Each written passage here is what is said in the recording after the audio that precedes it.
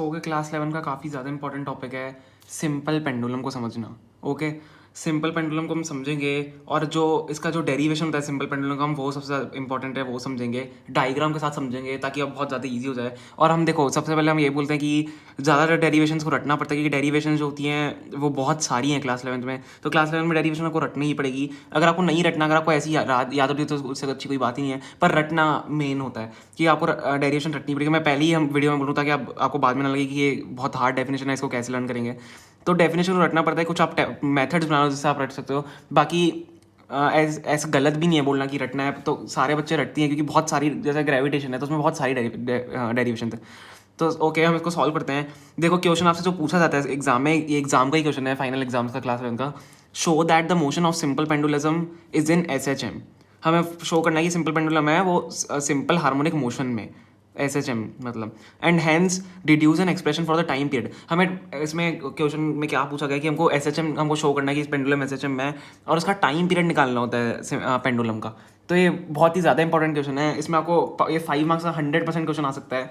Okay, तो इसमें आपको डायग्राम के साथ समझाना पड़ता है। अब देखो, मैं यहाँ पर डायग्राम बनाता हूँ। सबसे पहले आपको डायग्राम बना के मैं समझाता हूँ क्या होता है पेंडुलम, हम कैसे ड्रॉ करते हैं पेंडुलम को, क्या कैसे आपको करना पड़ता है, और एग्जाम में आप कैसे बनाओगे पेंडुलम को। यहाँ पे मैंने ऊपर एक कोई सीलिंग बना दी, या आप कुछ भी मान लो, ठीक है। ये कोई सरफेस है जहाँ से एक पेंडुलम हमारा, ये जो पेंडुलम है यहाँ पे बनाते हैं, ये पेंडुलम हमारा यहाँ पे ऐसे लटका हुआ है। ओके, और पेंडुलम का कुछ मास होगा, ठीक है, पेंडुलम का कुछ मास होगा, मैं यहाँ पे एम लिख देता हूँ। ओके, अब जब पेंडुलम देखो एक स्ट्रिंग से लटका हुआ है तो स्ट्रिंग की कुछ लेंथ भी तो होगी, तो मैं यहाँ पे स्ट्रिंग की एक लेंथ कर देता हूँ जिसको हम एल से डिनोट करते हैं, ठीक है। एल से मैंने यहाँ पे स्ट्रिंग की जो लेंथ है वो डिनोट कर दी, स्ट्रिंग स्प्रिंग जिससे भी लटका हुआ है। ओके, तो अब हम क्या करते हैं, जब ये पेंडुलम मूव करता है, आपको पता है पेंडुलम ऐसे ऐसे ऐसे मूव करता है, तो जब पेंडुलम मूव करेगा तो उसकी जो फाइनल जो पाथ होगा वो ऐसा कुछ बनेगा। मतलब इनिशियल फाइनल से चेंज होता ही रहता है, बहुत सारी चीज़ें हैं पेंडुलम में, तो कितनी भी बहुत सारी डिटेल्स होती हैं। तो ये पेंडुलम कुछ ऐसा यहाँ पे आके बनेगा। अब इसका भी सेम ही होगा कि पेंडुलम का मास जो ऐसा चल रहा है पेंडुलम, मैंने आपको बस बताया कि पेंडुलम जब यहाँ जाएगा फिर यहाँ जाएगा फिर यहाँ जाएगा, ऐसे चलता रहेगा। तो हमने एक यहाँ पे एक सिचुएशन ले ली जिसमें पेंडुलम यहाँ पे आया ना, तो जब यहाँ पे पेंडुलम आया तो एक यहाँ पे एक एंगल बना रहा है जिसको हम थीटा बोलते हैं, यहाँ पे थीटा एंगल पेंडुलम बना रहा है। अब देखो, इसके कंपोनेंट्स अगर मैं करूँ, नीचे ये mg लगा रहा है फोर्स, ग्रेविटेशनल फोर्स जो होता है, ठीक है, नीचे mg फोर्स लगा रहा है। यहाँ पे जब ये पेंडुलम मूव कर रहा होता है, कोई अलग कलर का पेन, ओके, देखो मैं आपको बताता हूँ। जब ये पेंडुलम मूव करता है, देखो जब ये पेंडुलम ऐसे मूव करेगा तो पेंडुलम की ऐसा कुछ पाथ होगा, पेंडुलम का पाथ कुछ ऐसा होगा। तो जब पेंडुलम का पाथ हम ऐसे बनाते हैं तो उसके कंपोनेंट्स हम कैसे करेंगे, और इस तरफ जब पेंडुलम ऐसे मूव करेगा तो यहाँ पे एक फोर्स लग रहा होगा। ओके, यहाँ पे एक फोर्स लग रहा होगा जिसको नेट फोर्स बोलते हैं। फोर्स मैं यहाँ पे एफ से डिनोट करूँगा, यहाँ पे नेट हम लिख देते हैं। यहाँ पे नेट फोर्स इस तरफ लग रहा होगा, और मतलब ऐसे इस तरफ इस वाली डायरेक्शन में ऐसे नेट फोर्स लग रहा होगा। और यहाँ पे जो इसके मैं कंपोनेंट्स करूँगा, देखो अगर यहाँ पे थीटा है तो यहाँ पे भी मैं आपको कैसे समझूँ, यहाँ पे अगर थीटा है ना, तो यहाँ पे अगर मैं एक एरो ऐसे बना दूँ, मतलब इसी लाइन में एरो है समझ लो अपना, तो यहाँ पे भी थीटा ही होगा, ठीक है। कॉरस्पॉन्डिंग एंगल्स होते हैं, ये अगर थीटा है तो ये भी थीटा ही होगा। तो जब मैं इसका अगर कंपोनेंट ऐसे मैं निकालूँ, तो थीटा का जो पास वाला होता है कंपोनेंट वो होता है कॉस थीटा, तो ये हो जाएगा mg कॉस थीटा, ठीक है। क्लियर दिख रहा है यहाँ पे mg कॉस थीटा यहाँ पे हो जाएगा, और इस तरफ क्या होगा, mg साइन थीटा हो जाएगा, mg साइन थीटा। मैंने छोटा छोटा लिखा, अगर आपको नहीं दिख रहा होगा, वैसे दिख रहा होगा, क्लियर ही होगा, क्वालिटी सही है हमारी वीडियोस की, तो आप इनको क्लियरली यहाँ पे देख सकते हो, ठीक है। मैंने इसको यहाँ पे कंपोनेंट कर दिया। अब ये आपका डायग्राम यहाँ पे कंप्लीट हो जाता है। आपने यहाँ पे कंपोनेंट्स कर दिए, फोर्स दिखा दिया, ओके। अब हमको लिखना होता है मेन जो चीज़ है, हमें सबसे पहले हम क्या करेंगे, हम इसमें जो क्वेश्चन के हिसाब से हम चलेंगे, तो हमें जो पूछा गया हमको SHM इसका प्रूव करना है, मतलब सिंपल हार्मोनिक मोशन में हमको करना है कि प्रूव किए पेंडुलम सिंपल हार्मोनिक मोशन में। ओके, अपना हम सॉल्यूशन यहाँ पर स्टार्ट करते हैं। तो अब देखो, सबसे पहले जो एफ नेट है, एक सेकंड इसको मार्क ढंग से कर दूँ, ये ऐसे यहाँ पे इस तरफ लग रहा है, ठीक है।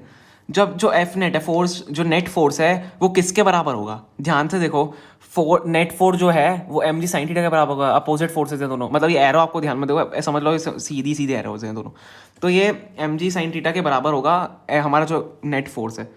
तो जो फोर्स है हमारा नेट फोर्स है वो is equal to mg sine theta के बराबर होगा। अब यहाँ पे ध्यान रखना, यहाँ पे ये चीज़ रट लो, ये चीज़ अच्छे से रट लो, क्योंकि ये इसके मार्क्स 100% कटते हैं।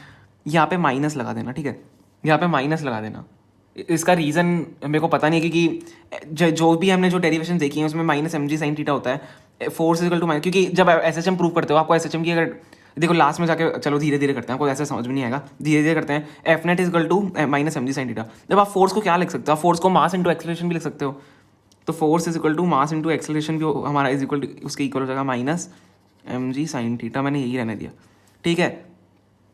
अब यहाँ से क्या हो रहा है, यहाँ से एम कट रहा है हमारा, ओके, एम से एम मैंने काट दिया। अब क्या बच रहा है यहाँ पे, A is equal to minus g sine theta. अब यहाँ पे एक चीज़ और आपको यहाँ पे ध्यान रखनी पड़ेगी, यहाँ पे एक अलग सा कुछ अलग ही स्टेप आता है जो मॉड्यूलस ऑफ ए है। अगर इस ए का मॉड्यूलस करते हैं, अब यहाँ पे हमको एक कंडीशन लेनी होती है, यहाँ पे कंडीशन लेनी होती है, here sine theta is equal to theta, क्योंकि थीटा की जो वैल्यू होती है वो नेग्लिजिबल होती है, तो हम साइन थीटा को थीटा के बराबर ही कंसिडर करते हैं, तो साइन थीटा को हम थीटा भी लिख सकते हैं। तो यहाँ पे जो अगर मैं इसको साइन थीटा को थीटा ही लिख दूँ, सो माइनस जी थीटा हो जाएगा, ये हमारी यहाँ पे एक कंडीशन बन जाएगी।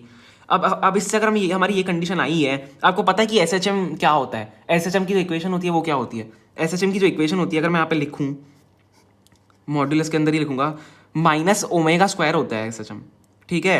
एस एच एम की जो इक्वेशन होती है वो माइनस ओमेगा स्क्वायर एक्स होती है।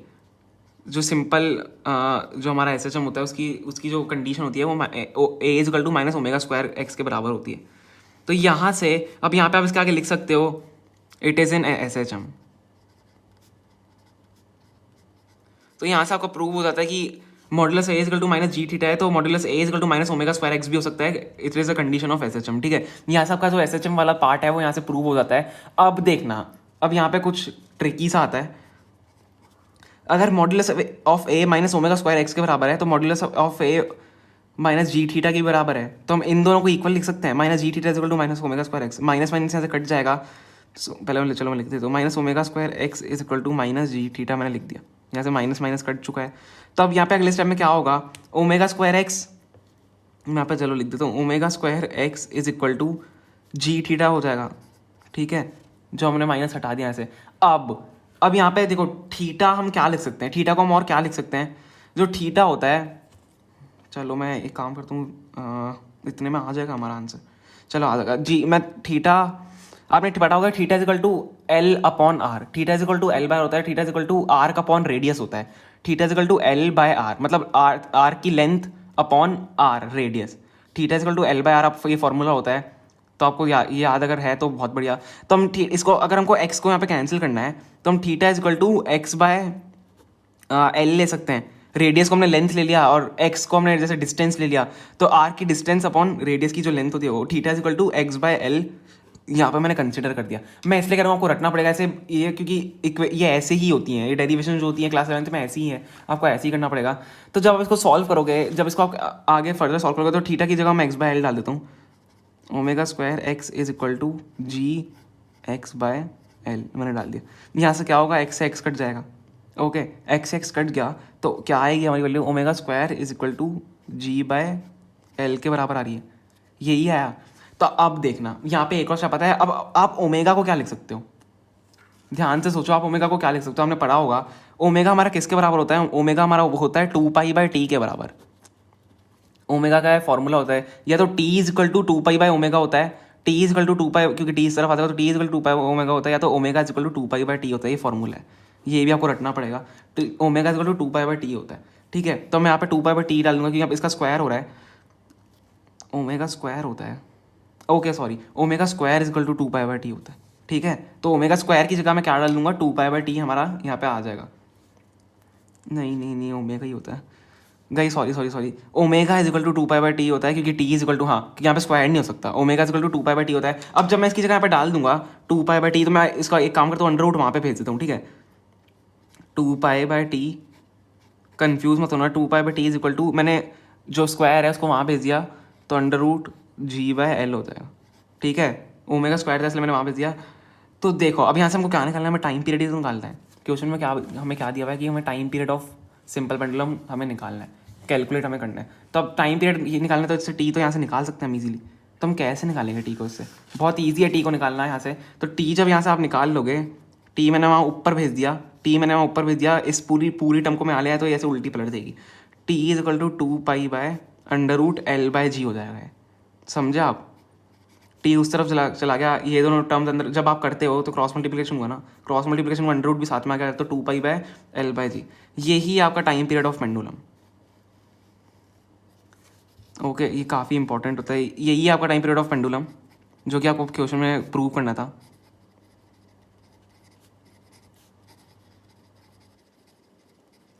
ठीक है, टाइम पीरियड ऑफ पेंडुलम हमने प्रूव कर दिया, हमने एसएचएम की कंडीशन प्रूव कर दी, तो इतना आपका पूरा डेरिवेशन होता है एक सिंपल पेंडुलम का।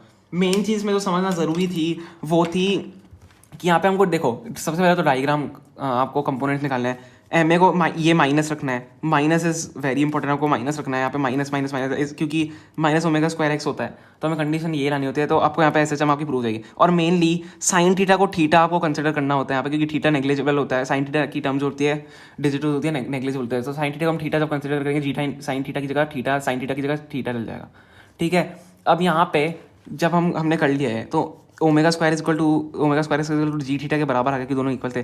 थीटा का आपको आर्क बाय रेडियस लेना होता है, विट इज, अगर आपको एक्स काटना है तो आपको x/L लेना पड़ेगा। या आपको अगर आपको ये टर्म रट गई ना तो आप यहाँ पे इजीली कर सकते हो। अगर आपको ये टाइम पीरियड रट गया तो आप यहाँ पे, क्योंकि आपको पता है L/G हमको G/L या L/G हमको लाना है, तो यहाँ पे मेरे को L रखना पड़ेगा, तो theta is equal to x/L आपको यहाँ पे रख देना है। ये भी इंपॉर्टेंट है, ये वाला स्टेप यहाँ पे इंपॉर्टेंट होता है क्योंकि बहुत सारे बच्चे यहाँ पे भूल जाते हैं। अब यहाँ पे नीचे जो क्या होता है, ओमेगा की हमको वैल्यू डालनी होती है। ओमेगा की जो वैल्यू होती है वो 2π/T होती है। ठीक है, ओमेगा की वैल्यू होती है वो 2π/T। ये आपको टाइम पीरियड की वैल्यू याद रखनी है, तो T इक्वल टू 2π/ओमेगा होता है, जिससे आप ओमेगा निकाल सकते हो। सिंपली वैल्यू डालनी है, अंडर रूट वहाँ पे भेजना है, टाइम पीरियड आपका यहाँ से निकल जाएगा पेंडुलम का। बहुत ही ईजी क्वेश्चन था और बहुत ही ज़्यादा इंपॉर्टेंट क्वेश्चन था कि 5 मार्क्स में पूछा जाता है।